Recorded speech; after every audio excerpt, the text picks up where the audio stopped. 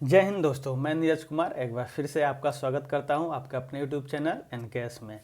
तो दोस्त, ये हमारा साइंस का सेशन है और आज हमारा साइंस का पहला चैप्टर का दोस्त जितने भी थ्योरी थे और चैप्टर के अंतर्गत जितने भी अभ्यास प्रश्न थे दोस्त, वो सभी के सभी हमने बखूबी अच्छे तरीके से समझा, तथ्यों को और प्रश्नों को हल भी किया।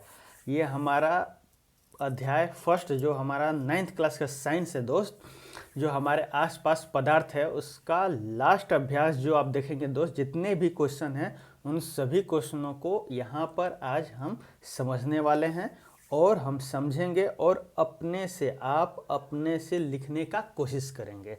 तो चलिए दोस्त, एक बार फिर से आपका स्वागत करता हूँ एनकेएस चैनल में। तो आइए चलते हैं अपने अभ्यास प्रश्न को देखते हैं और समझते हैं। ध्यान दीजिएगा, हमारा अभ्यास प्रश्न कराने का तरीका ये है कि हम सभी प्रश्नों को समझा देंगे।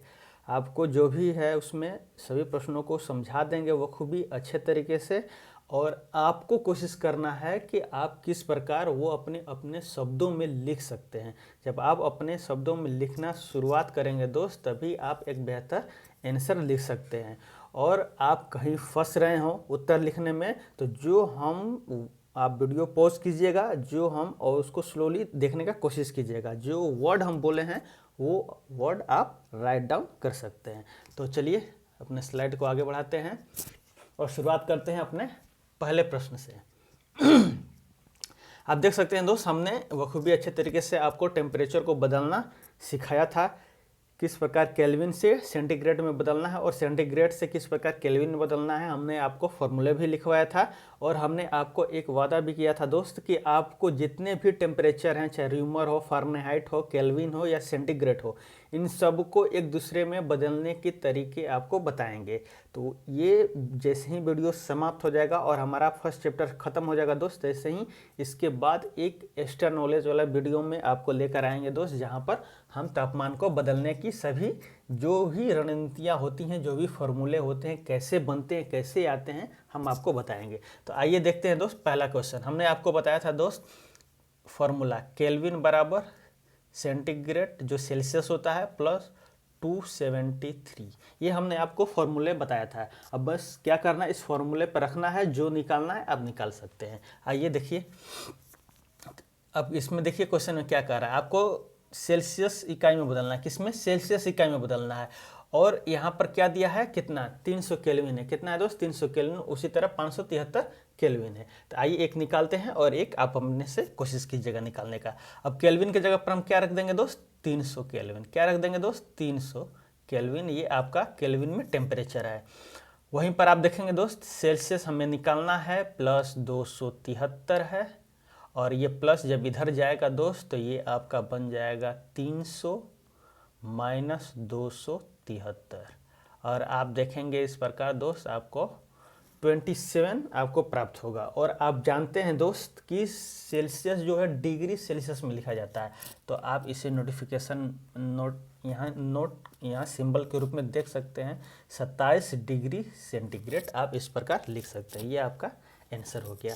हमने आपको पिछले सेशन में बताया था दोस्त, सिर्फ केल्विन जो है वो डिग्री में नहीं लिखा जाता है, बाकी सेल्सियस, फारेनहाइट और रिम्बर, ये 3 स्केल है दोस्त टेम्परेचर को यानी तापमान को नापने के लिए। तो इन तीनों को आप डिग्री में लिखते हैं। जैसे डिग्री सेंटीग्रेड लिखना हो तो इस प्रकार लिखेंगे, डिग्री फारेनहाइट लिखना हो तो इस प्रकार लिखेंगे। वही डिग्री रिम्बर एक और जो उतना प्रसिद्ध नहीं है दोस्त, रिम्बर भी होता है जिसे हम डिग्री रिम्बर में लिखते हैं। और केल्विन की बात आती है तो सिर्फ कैपिटल के लिखते हैं। क्या लिखते हैं? कैपिटल के लिखते हैं, यहाँ पर डिग्री नहीं लिखते हैं।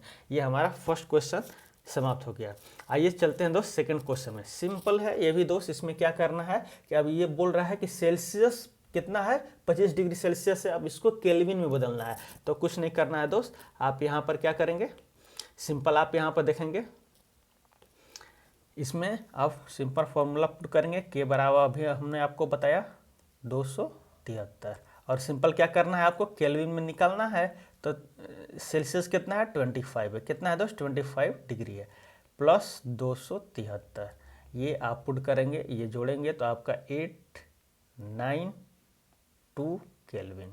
कितना आ जाएगा दोस्त? 298 केल्विन आपका आ जाएगा।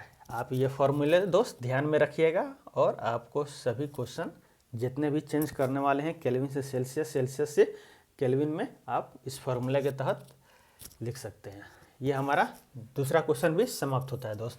अब आइए चलते हैं थर्ड क्वेश्चन में। ध्यान दीजिएगा, थर्ड क्वेश्चन अब बखूबी सभी क्वेश्चनों को हम समझाएंगे और आप अपने से कोशिश करेंगे लिखने का, शब्दों को चुनने का, हम कौन से शब्द को लिखें। आप जब प्रैक्टिस कीजिएगा, अपने से लिखने का कोशिश कीजिएगा, तभी वो शब्द आपको मिलेंगे और आप लिख पाएंगे। अगर आपको शब्द नहीं मिल रहे हैं तो जो क्वेश्चन आप लिख रहे हैं उस क्वेश्चन के बारे में हमने क्या बोला है, किन शब्दों को यूज किया है, आप उस शब्द को सुनकर आप लिख सकते हैं। आइए देखिए क्या कह रहा है। पहला क्वेश्चन देखते हैं क्या कह रहा है दोस्त। नेफ्थलीन को रखा। अब नेफ्थलीन से आपको क्लियर हो जाना चाहिए दोस्त, क्यों? क्योंकि हमने कपूर, नेफ्थलीन और भी चीज़ें आपको हमने बताया था कि यह किस प्रकार के प्रोसेस के अंतर्गत आते हैं। अगर जितने भी हमने आपको तथ्य समझाया है और आपने नोट्स के रूप में लिख चुके हैं दोस्त, तो आप आसानी से यह समझ सकते हैं। नेफ्थलीन दिमाग में तुरंत क्लिक कर जाना चाहिए दोस्त कि ये ऊर्ध्वापातन से संबंधित, सब्लिमेशन से संबंधित है। किससे? ऊर्ध्वापातन से। आइए क्वेश्चन देखते हैं क्या कह रहा है। नेफ्थलीन को रखा रहने देने पर यह समय के साथ कुछ भी ठोस पदार्थ छोड़े बिना अदृश्य हो जाता है। अब आप अपने से थोड़ा सोचिए क्यों अदृश्य हो जाता है। क्योंकि हमने दोस्त समझा था कि ये जैसे नेफ्थलीन अगर आप अपने वातावरण में यूं ही रख देते हैं तो ये ऊष्मा प्राप्त कर, इसके जो कण होते हैं दोस्त, इससे ऊष्मा प्राप्त कर ठोस में डायरेक्ट किसमें? गैस अवस्था में बदल जाता है। किसमें दोस्त? गैस अवस्था में बदल जाता है, जिसे हम ऊर्ध्वापातन कहते हैं। क्या कहते हैं दोस्त? ऊर्ध्वापातन कहते हैं। तो इस वजह के कारण दोस्त कि जो ठोस के कण है वो गैस के कण में बदल जा रहे हैं, तो इस वजह से वहाँ पर कोई भी ठोस रूप में कोई भी उसका पदार्थ का जो नेफ्थलीन है उसका कोई भी पार्ट या कोई भी भाग नहीं दिखाई देता है। तो ये इसी क्वेश्चन का जवाब है। तो आप लिखना होगा तो किस प्रकार लिखेंगे दोस्त कि नेफ्थलीन, अगर आपको लिखना होगा तो किस प्रकार लिखेंगे कि नेफ्थलीन एक ऐसा पदार्थ है जो ऊर्ध्वापातन क्रिया दर्शाता है। क्या क्रिया दर्शाता है दोस्त? ऊर्ध्वापातन क्रिया दर्शाता है। उसके बाद खड़ी पाई, उसके बाद नेक्स्ट लाइन में लिखेंगे दोस्त कि ऊर्ध्वापातन क्रिया के अंतर्गत कोई भी पदार्थ ठोस से डायरेक्ट, यानी कि ठोस से डायरेक्ट किस में बदल जाता है? गैस में। तो आप लिखेंगे कि कोई भी ऊर्ध्वापातन के अंतर्गत कोई भी पदार्थ, अगर आप नेफ्थलीन का बात कर रहे हैं, इसकी बात कर रहे हैं, तो इसका ब्रैकेट में लिख देंगे नेफ्थलीन। कोई भी पदार्थ ब्रैकेट में नेफ्थलीन ठोस से डायरेक्ट, यानी कि आपका डायरेक्ट गैस अवस्था में बदल जाता है। इस वजह से दोस्त समय के साथ, इस वजह से लिखेंगे, इसलिए समय के साथ कुछ भी ठोस पदार्थ छोड़े बिना क्या हो जाता है? अदृश्य हो जाता है। क्या हो जाता है दोस्त? अदृश्य हो जाता है। ये आप इस प्रकार आप प्रश्न का उत्तर लिख सकते हैं। अब देखिए सेकंड क्वेश्चन देखिएगा, कह रहा है कि हमें इत्र की गंध बहुत दूर बैठे हुए भी पहुंच जाती है। अब देखिए दोस्त, हमने ये भी आपको अच्छे तरीके से समझा रखा है कि इत्र के जो कण होते हैं दोस्त काफ़ी गतिज ऊर्जा में होते हैं। क्या होते हैं दोस्त? वो काफ़ी गतिज ऊर्जा में होते हैं, जिस वजह से वो एक स्थान से दूसरे स्थान ट्रेवल यानी यात्रा आसानी से कर लेते हैं। उनके जो कण होते हैं दोस्त, उनके अंदर काफ़ी गतिज ऊर्जा होता है। क्या होता है दोस्त? गतिज ऊर्जा होता है। और जब गतिज ऊर्जा होगा दोस्त इनके कण में, तो यह आसानी से एक स्थान से दूसरे स्थान, यानी कि दूर बैठे किसी व्यक्ति को आराम से यह क्या सुगंध इनका या गंध इनको क्या हो जाएंगे? गंध इनका बहुत दूर बैठे व्यक्ति को भी इनको आसानी से सुन सकते हैं। तो जब आप इसे लिखेंगे दोस्त तो किस प्रकार लिखेंगे कि इत्र की, लिखेंगे कुछ इस प्रकार दोस्त कि हमें इत्र की गंध बहुत दूर बैठे भी पहुंच जाती है। क्योंकि इत्र के कण काफ़ी गतिज ऊर्जा में होते हैं। इत्र के कण काफ़ी गतिज ऊर्जा में होते हैं, जिनके कारण इत्र के कण एक स्थान से दूसरे स्थान तक आसानी से यात्रा कर सकते हैं। इस वजह से दूर बैठे व्यक्ति तक या इनके गंध पहुंच जाते हैं। दूर बैठे व्यक्ति तक इनके गंध क्या हो जाते हैं दोस्त? पहुंच जाते हैं। आप इस प्रकार लिख सकते हैं। ध्यान दीजिएगा दोस्त, अगर आप समझ चुके हैं क्या इसमें प्रोसेस लग रहा है, जो भी आपने अभी तक तथ्य पढ़ा, इसमें कौन सा तथ्य का उत्तर देने में हमको आसानी लग रहा है, इसका उत्तर ये हो सकता है, अगर आप तथ्य समझ जा रहे हैं, पकड़ ले रहे हैं कि किस तथ्य के कारण ये प्रोसेस हो रहा है, ये विधि हो रहा है, तो आप अपने से आसानी से लिख सकते हैं। अगर आपको फिर भी वर्ड शब्द नहीं मिल रहे हैं तो जो हम बोल रहे हैं वो पॉज कर कर एक एक शब्दों को आप लिख सकते हैं। आइए चलते हैं, थर्ड का ये बी रहा। आइए देखिए, अब हम फोर्थ क्वेश्चन देखते हैं। देखिएगा इसमें क्या कह रहा है दोस्त। फोर्थ क्वेश्चन में क्या कह रहा है कि निम्नलिखित पदार्थ को उनके कणों के बीच बढ़ते हुए आकर्षण के अनुसार व्यवस्थित करें। यानी कि व्यवस्थित करना का मतलब क्या होता है, कोई भी चीज़ आपको व्यवस्थित करने के लिए दे दिया जाएगा तो या फिर आप उसको बड़े से छोटे की तरफ रखेंगे या फिर छोटे से बड़े की तरफ, यही दो ही तरीका है व्यवस्थित करने का। तो आप देख सकते हैं कि जल दिया हुआ है, चीनी दिया हुआ है और ऑक्सीजन दिया हुआ है। पहले ये देखिए कि जल आपके जो पदार्थ है वह किस अवस्था के अंतर्गत आता है, तो आप देखेंगे जल द्रव अवस्था के अंतर्गत आता है। किसके दोस्त, द्रव अवस्था। वहीं चीनी देखेंगे तो ठोस, किसके दोस्त, ठोस। और वहीं ऑक्सीजन देखेंगे तो गैस। ये तीनों पदार्थ आपको जो दिए हुए हैं दोस्त, आप पदार्थ के किन अवस्थाओं के अंतर्गत आता है आप आसानी से यह समझ गए। जब ये समझ गए तो आप पढ़े होंगे दोस्त कि जो हमारा ठोस होता है उनके बीच आकर्षण बल काफ़ी अधिक होता है। हमने आपको बहुत अच्छे तरीके से समझाया है। और वहीं द्रव ठोस की अपेक्षा आकर्षण बल कम होता है। वहीं गैस की बात की जाए तो उसका आकर्षण बल बहुत ही कम होता है, लगभग नगण्य के बराबर हो जाता है। तो आप इस प्रकार लिख सकते हैं दोस्त, क्या करना है, बढ़ते हुए आकर्षण के अनुसार, बढ़ते हुए आकर्षण के अनुसार, यानी कि सबसे कम, सबसे उससे ज़्यादा, फिर उससे ज़्यादा। बढ़ते हुए का मतलब क्या हुआ कि आप सबसे पहले छोटा रख रहे हैं, उससे बड़ा, फिर उससे बड़ा, ये बढ़ते हुए क्रम होता है। तो आप देखिए इसमें सबसे कम आकर्षण बल किस में होता है, गैस में। किस में होता है दोस्त, गैस में। और गैस से बड़ा क्या हो जाएगा दोस्त, मतलब गैस के कणों के आकर्षण बल जो लगते हैं उनसे अधिक आकर्षण बल किनके बीच में लगेगा, तो जल के कणों के बीच में। और जल के कणों के अधिक किस में होगा, ठोस में। किस में होगा दोस्त, ठोस में। आप देख सकते हैं किस में होगा दोस्त, ठोस में। ये आपका आकर्षण बल का क्रम रहा इन पदार्थों का। अब क्या करना है, अब बस इन पदार्थों को रख देना है। गैस क्या है, गैस क्या है, ऑक्सीजन। गैस क्या है दोस्त, ऑक्सीजन। यहाँ पर अब ऑक्सीजन लिख देंगे। वैसे ही ग्रेटर का चिन्ह है दोस्त, ये ग्रेटर का चिन्ह है, जल है, यानी जल है तो यहाँ पर जल लिख देंगे। और वहीं ग्रेटर का चिन्ह देकर यहाँ पर क्या लिख देंगे, चीनी। चीनी क्या है दोस्त, ठोस है। ये इस प्रकार आप क्रम इनका बढ़ते हुए क्रम में इनको सजा सकते हैं। ये हमारा फोर्थ क्वेश्चन अच्छे तरीके से अपने जो भी हम फैक्ट पढ़े हैं दोस्त, आप देख सकते हैं कि जो आप क्वेश्चन अभ्यास दिया हुआ है आपके एनसीईआरटी में लास्ट पेज में जो दिया हुआ है दोस्त, फर्स्ट अध्याय के जो भी क्वेश्चन आ रहा है, आप जो तथ्य पढ़े हैं उन्हीं तथ्यों के अंतर्गत सभी क्वेश्चन समिट जा रहे हैं। इसका मतलब हमने बहुत अच्छे तरीके से पढ़ रखा है सभी तथ्यों को। आइए देखिए फिफ्थ क्वेश्चन में क्या कह रहा है, निम्नलिखित तापमान पर जल की भौतिक अवस्था क्या है। हमने आपको बताया था दोस्त कि जल की अलग अलग टेम्परेचर यानी तापमान पर उसकी अवस्थाएं क्या हो सकती हैं। तो आप देख सकते हैं हमने क्या बताया था, 100 डिग्री सेंटीग्रेड। 100 डिग्री सेंटीग्रेड जब आएगा, सेल्सियस आएगा दोस्त, तो द्रव क्या होने लगता है, वाष्प में बदलने लगता है। किसमें दोस्त, वाष्प में बदलने लगता है। तो यानी कि ये लिख सकते हैं ये किस में हो जाएगा दोस्त, वाष्प अवस्था में। किस में दोस्त, वाष्प अवस्था या फिर गैस अवस्था। किस में दोस्त, गैस अवस्था। 100 डिग्री सेंटीग्रेड पर आप हमने आपको यह भी बताया था कि 0 डिग्री सेंटीग्रेड पर जल की अवस्था कैसी होती है दोस्त, ठोस होती है। वो बर्फ रूप में होता है। किस में होता है दोस्त, वह बर्फ रूप में होता है। किस रूप में, बर्फ रूप में। ब्रैकेट में लिख सकते हैं, क्या लिख सकते हैं दोस्त, ठोस अवस्था। क्या लिख सकते हैं, ठोस अवस्था। और आप ये देख सकते हैं 25 डिग्री सेंटीग्रेड, यानी कि 0 डिग्री से एबव और 100 डिग्री से कम जब जल की अवस्थाएं देखेंगे तो वो द्रव अवस्था में रहेगा। किस में रहेगा दोस्त, द्रव अवस्था में। किस में, द्रव अवस्था में।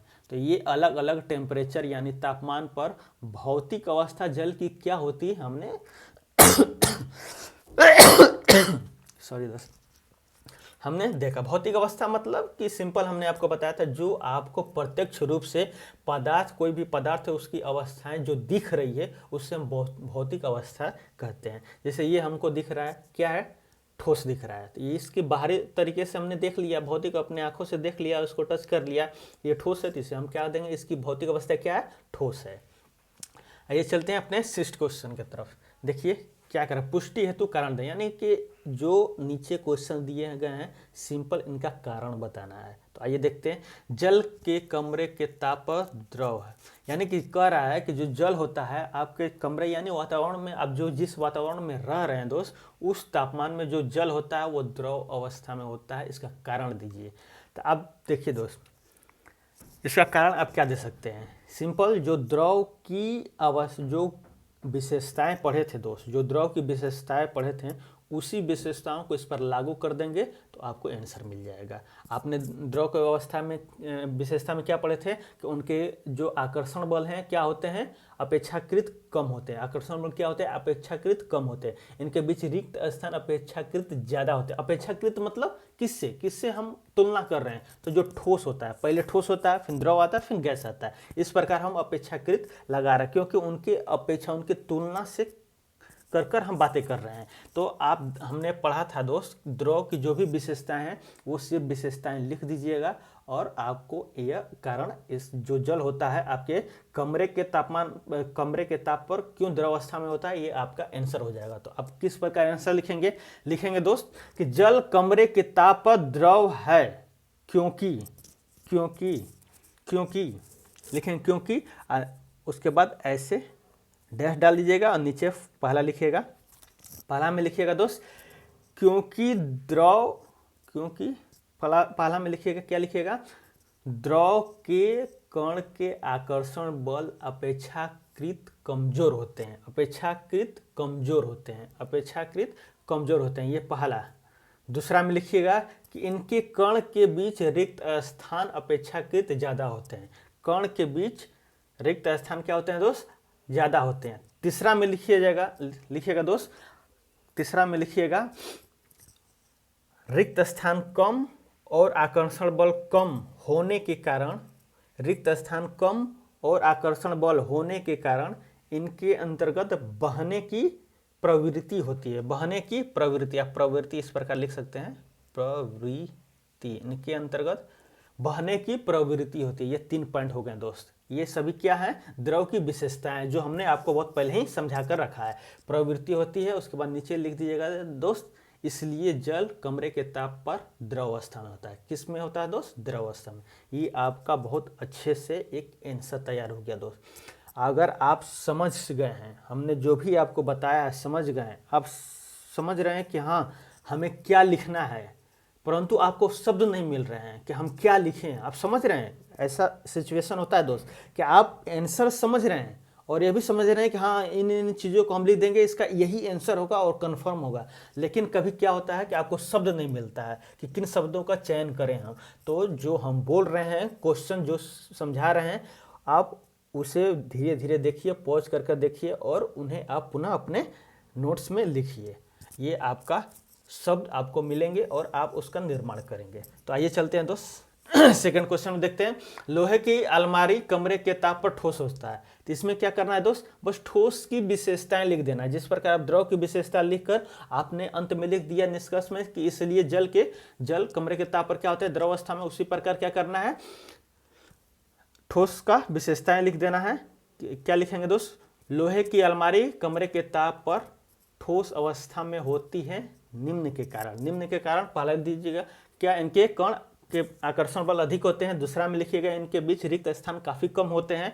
और तीसरा में लिख दीजिएगा इनके आयतन और आकार निश्चित होते हैं। इनके आयतन और आकार निश्चित होते हैं। नीचे लाइन में लिख दीजिएगा क्या, इसलिए इनके लोहे की अलमारी जो होती है दोस्त कमरे के ताप पर क्या होता है, ठोस होता है। क्या होता है दोस्त, ठोस होता है। यह आपका आंसर हो गया। सब कुछ आप समझ चुके हैं दोस्त, कुछ भी समझाने की जरूरत नहीं है। आप देख रहे हैं कि जो भी तथ्य हमको आपको पढ़ाए हैं, समझाएं, उन सभी के अंतर्गत ये आ रहे हैं। बस क्या करना है, आप अच्छे से समझ चुके हैं और आपको शब्दों का निर्माण करना है, शब्दों को चुनना है कि हम क्या लिखें, और वो हम आपको बता रहे हैं। आप ध्यान से सुनिए आंसर और आप अपने से लिखने का कोशिश कीजिए, और उसके बाद नहीं हो रहा है तब आप जो क्वेश्चन है वो सुनिए हम क्या बोल रहे हैं, उसके बाद आप लिखिए। बार बार ये बात क्यों बोल रहे हैं, क्योंकि यह जरूरी है दोस्त कि आप अपने से वाक्यों का निर्माण करें। जब आप अपने से वाक्यों का निर्माण करना सीख जाएंगे तो आप एक अच्छे उत्तर लिखना अपने आप आपका बेहतर हो जाएगा दोस्त। आइए चलते हैं अपने नेक्स्ट क्वेश्चन में। देखिए 7वां क्वेश्चन क्या है दोस्त, ध्यान से देखिएगा। क्या कह रहा है कि 273 केल्विन पर बर्फ को ठंडा करने पर तथा जल को इसी तापमान पर ठंडा करने पर शीतलता का प्रभाव अधिक क्यों होता है। 273 का मतलब आप देख सकते हैं, 273 का मतलब अब केल्विन में है, आप नहीं समझ पा रहे हैं, लेकिन हम जल के बारे में सेंटीग्रेड पर पढ़े हैं दोस्त। आप जानते हैं कि 0 डिग्री सेंटीग्रेड पर क्या होता है, ये समझते हैं। 100 डिग्री सेंटीग्रेड पर क्या होता है समझते हैं, लेकिन केल्विन के हिसाब से आप कंफर्ट नहीं है, नहीं समझ पा रहे हैं। तो आप क्या करेंगे, सिर्फ समझने के लिए कि जल की अवस्था किस बारे में बात कर रहा है, तो आप देख सकते हैं कि केल्विन है और आप सेंटीग्रेड है प्लस 273 डिग्री है। अब केल्विन का मान 273 दिया, यानी कि जाहिर सी बात है सी का मान क्या हो जाएगा, 0 हो जाएगा। क्या हो जाएगा दोस्त, 0 हो जाएगा। यानी कि सी में अगर 273 केल्विन की हम बात कर रहे हैं तो वो सेल्सियस में 0 डिग्री सेंटीग्रेड का बात कर रहा है। किसका बात कर रहा है दोस्त, 0 डिग्री सेंटीग्रेड का बात कर रहा है। तो अब अपने तरीके से पढ़िए, देखिए क्या कह रहा है। 0 डिग्री सेंटीग्रेड, अब केल्विन की जगह 0 डिग्री सेंटीग्रेड समझ लीजिए।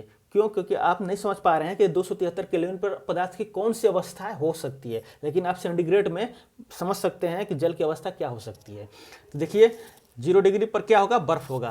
क्यों, क्योंकि हमारा 0 डिग्री यहाँ से निकल कर आया है। तो बर्फ को ठंडा करने पर तथा जल को इसी तापमान पर ठंडा करने पर, देखिए कह रहा है कि जो 0 डिग्री है जहाँ पर कोई भी जल आकर बर्फ के रूप में तब्दील होने लगता है, अगर आप बर्फ को 0 डिग्री सेंटीग्रेड पर रख रहे हैं और वहीं पर पानी है दोस्त, उसको आप 0 डिग्री सेंटीग्रेड पर रखने के लिए रखे हैं। दो समझिएगा, एक तरफ बर्फ है जिससे आप 0 डिग्री सेंटीग्रेड या 273 केल्विन पर ठंडा करने की कोशिश कर रहे हैं, और एक तरफ पानी है दोस्त, उसको क्या करने का, ठंडा कर रहे हैं 0 डिग्री सेंटीग्रेड पर। परंतु आप जब इन्हें छुएंगे, इन्हें आप महसूस करने जाएंगे दोस्त अपने हाथों से, तो आप देखेंगे कि तापमान ठंडा करने पर शीतलता का प्रभाव अधिक क्यों होता है। आप देखेंगे कि जो बर्फ है दोस्त, बर्फ है वो ज़्यादा ठंडा होता है अपेक्षाकृत जो पानी रहेगा, जो जिसे 0 आप डिग्री सेंटीग्रेड पर रखे रहेंगे दोस्त। ऐसा क्यों होता है, क्यों ऐसा इसलिए होता है दोस्त कि जल की भी अपनी एक गुप्त ऊष्मा होती है। ध्यान दीजिएगा, जल की भी गुप्त ऊष्मा होती है और बर्फ की भी गुप्त ऊष्मा होती है। जो बर्फ होता है दोस्त, उसकी गुप्त ऊष्मा ज़्यादा होती है। ध्यान दीजिएगा, गुप्त ऊष्मा मतलब उसके अंदर जो छिपी ऊर्जा है। जल का गुप्त ऊष्मा की बात कीजिएगा, उसके अंदर जो छिपी ऊर्जा है दोस्त, यानी कि जो बर्फ का छिपी हुई गुप्त ऊष्मा है दोस्त, तो वो ज़्यादा होता है। इस वजह से बर्फ अधिक ठंडा महसूस होता है अपेक्षाकृत जल से। अब देखिएगा, जब जो बर्फ अपना ठोस आकार में होता है, उनके अंदर जो कण होते हैं दोस्त, उनके अंदर जो कण एक दूसरे से अटैच होते हैं, आकर्षित होते हैं, वहाँ पर ऊष्मा छिपी होती है। वहाँ पर क्या होती है, ऊष्मा छिपी होती है। जब वही ऊष्मा निकाल देती है दोस्त, जब हमने आपको पढ़ाया था कि जब वही ऊष्मा रिलीज कर देती है, छोड़ देती है, तो उसके कण क्या हो जाते हैं, दूर दूर होने लगते हैं। क्या हो जाते हैं दोस्त, दूर दूर होने लगते हैं, रिक्त स्थान बढ़ने लगता है। तभी तो वो ठोस अवस्था बर्फ में से वो द्रवस्था पानी में बदल जाता है दोस्त। तो यानी कि जो ऊष्मा उसके अंतर्गत, बर्फ के अंतर्गत छिपी थी, वो तो खत्म हो गई। जब वो खत्म हो गई तभी तो वो जल अवस्था में आया। तो जो आप बर्फ टच करते हैं दोस्त, उसके अंदर उस समय मौजूद ऊर्जा होती है, उसी ऊर्जा को आप टच करते हैं तो आपको ठंडक महसूस होता है अधिक। और वहीं पर जब जल को टच करेंगे तो बर्फ की अपेक्षा कम शीतलता आभास होगा। तो ये आप लिखेंगे दोस्त, क्या लिखेंगे इसमें, लिखेंगे 273 केल्विन पर बर्फ को ठंडा करने पर तथा जल को इसी तापमान पर ठंडा करने पर शीतलता का प्रभाव अधिक होता है, क्योंकि बर्फ का गुप्त ऊष्मा पानी के गुप्त ऊष्मा से, यानी जल के गुप्त ऊष्मा से अधिक होता है। गुप्त ऊष्मा हमने आपको समझाया और बताया भी दोस्त। गुप्त ऊष्मा या लेटेंट हीट, क्या होता है दोस्त, गुप्त ऊष्मा हमने बताया आपको, अभी अच्छे तरीके से समझाया, एक एक स्टेप समझाया दोस्त। गुप्त ऊष्मा बर्फ का क्या होता है, अधिक होता है। बर्फ का क्या होता है दोस्त, गुप्त ऊष्मा अधिक होता है। बर्फ का जल से अधिक होता है। इस वजह से हमें बर्फ से उसी टेम्परेचर पर कैसा हमको ठंडक अधिक लगता है। आइए चलते हैं दोस्त अपने नेक्स्ट क्वेश्चन में। देखिएगा 8 क्या कह रहा है, उबलते हुए जल अथवा भाप में से जलने की तीव्रता किसमें अधिक महसूस होती है। देखिए, एक जल है जो उबल रहा है, एक भाप है जो गैस के रूप में तब्दील हो गया है। अब देखिएगा दोस्त, कभी भी आपको जब जल जाएंगे, अगर किसी गर्म पानी से जल यानी उबलते जल से जलेंगे या फिर कभी भाप से जले होंगे और आभास किए होंगे दोस्त, तो जो भाप होता है दोस्त उससे अधिक आप जलते हैं, उसका महसूस काफ़ी ज़्यादा हीट होता है। क्यों होता है? क्योंकि देखिए दोस्त, जब जल उबल रहा है तो उसके जो भी जल के कण है उनके अंदर अभी ऊर्जा मिल रहा है, अभी उनको ऊर्जा मिल रहा है। जब ऊर्जा मिलता है दोस्त तो अपने आकर्षण बल को त्याग कर, अपने जो आकर्षण बल हैं दोस्त उनको ब्रेक कर, उनको तोड़कर वह गैस में तब्दील हो जा रहे हैं। अब जाहिर सी बात है दोस्त कि जिस कण को, जैसे ये जल का कण है दोस्त, ध्यान दीजिएगा ये जल का कण है और ये इसी जल का गैस का कण है, ध्यान दीजिएगा। इसको अभी उष्मा ये प्राप्त कर रहा है, क्या प्राप्त कर रहा है दोस्त? उष्मा प्राप्त है, यानी कि इसके अंदर ऊर्जा भी इसको मिल रहा है। और जैसे ही इसको ऊर्जा मिल जाएगा और इसका जो दूसरा कण रहेगा जल से, इसका ब्रेक हो जाएगा। क्या हो जाएगा दोस्त? इससे ब्रेक हो जाएगा। और जब ब्रेक हो जाएगा तो ये ब्रेक होकर किस में बदल जाएगा? गैस में बदल जाएगा। अब ध्यान दीजिएगा कि इसको लगातार ऊर्जा मिलने के बाद ये गैस का निर्माण हुआ है। इसको लगातार क्या हो रहा है दोस्त? ऊर्जा मिलते जा रहा है और हम ऊर्जा इसको देते जा रहे हैं, तभी तो ये गैस में बदल गया। और जब ये गैस में बदल गया दोस्त, यानी कि जाहिर सी बात इसके पास ऊर्जा काफ़ी ज़्यादा होगा, ऊर्जा काफ़ी ज़्यादा है, तभी तो ये गैस में बदला। हमने आपको अच्छे तरीके से समझा रहे हैं, एक बार फिर से आपको अच्छे तरीके से समझा रहे हैं दोस्त, ध्यान दीजिएगा।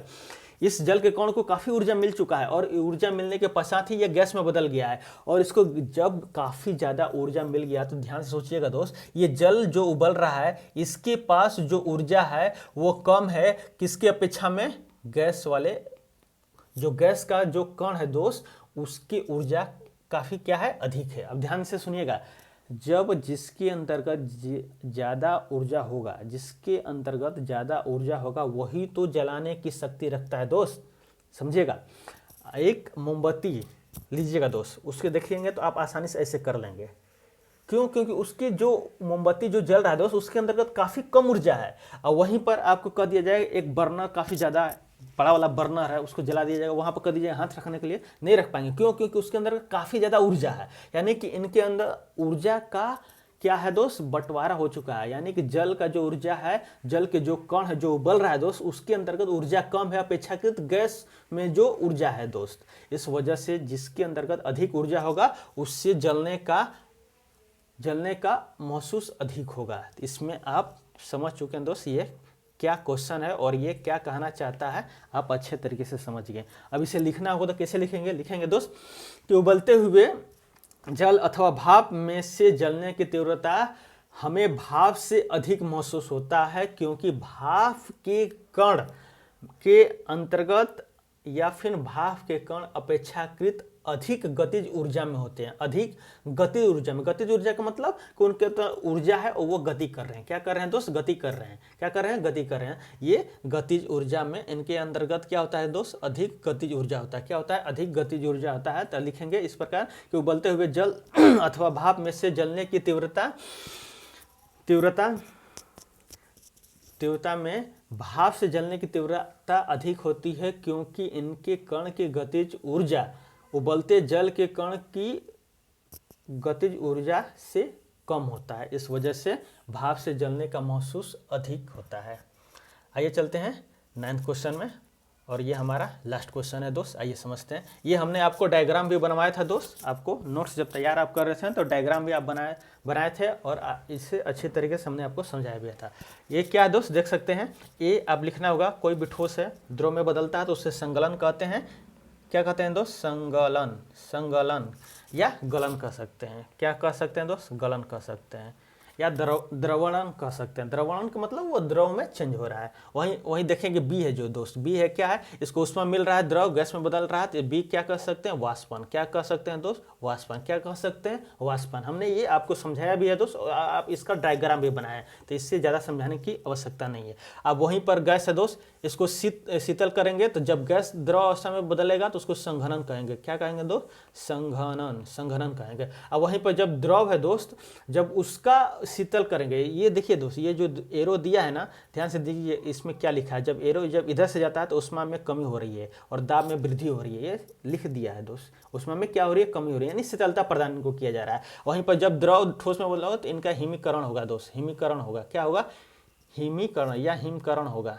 हिमकरण का मतलब दोस्त कोई भी द्रव है उसको ठोस अवस्था में बदला जा रहा है, उसकी बात कर रहा है, हिमकरण होगा। अब ये देख सकते हैं दोस्त, ई देख सकते हैं, यहाँ पर देखिए ई है और ई एफ है, इन दोनों को ऊर्ध्वापातन कहते हैं, ऊर्ध्वापातन कहते हैं। क्यों? क्योंकि ये डायरेक्ट क्या हो रहा है, ठोस से द्रव गैस अवस्था में, गैस से डायरेक्ट ठोस अवस्था में बदल रहे हैं। इंग्लिश में इसको सब्लिमेशन कहेंगे, सब्लिमेशन कहते हैं। तो ये दोस्त आप कर लिए, डायग्राम बना लिए हैं, आप अपने नोट्स में ये बना है और ये आपका क्वेश्चन भी हो गया। और यहाँ पर दोस्त कंप्लीटली आपका साइंस का अध्याय फर्स्ट खत्म होता है दोस्त, यानी समाप्त होता है दोस्त। अब आएंगे दोस्त हम नेक्स्ट वीडियो में आपको लेकर आएंगे जहाँ पर हम दूसरा जो अध्याय दोस्त पढ़ने वाले हैं, वहाँ पर क्या हमारे आसपास के पदार्थ शुद्ध हैं, इस बारे में अच्छे तरीके से, जिस प्रकार हमने फर्स्ट चैप्टर अच्छे तरीके से समझा दोस्त, उसी प्रकार हम सेकंड चैप्टर और बाकी जितने भी चैप्टर हैं दोस्त 9th क्लास के साइंस में, सभी चैप्टर को इसी प्रकार आसानी से समझेंगे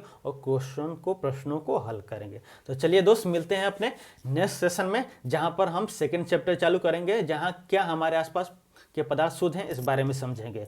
और एक बात और दोस्त, जब सभी चैप्टर समाप्त हो जाएंगे तो इन सभी चैप्टरों का एक सारांश हम आपको लेकर आएंगे दोस्त। इन सभी चैप्टरों का हम क्या लेकर आएंगे, सारांश लेकर आएंगे। वहाँ पर जब वो चलेगा, जब सभी चैप्टर समाप्त हो गए रहेंगे दोस्त, तब वो लेकर आएंगे, ताकि आप जब बोर्ड के एग्जाम देने जाएं तो आप तुरंत रिविजन कर सकें। तो मिलते हैं दोस्त अपने नेक्स्ट सेशन में। Have a nice day, God bless you, जय हिंद।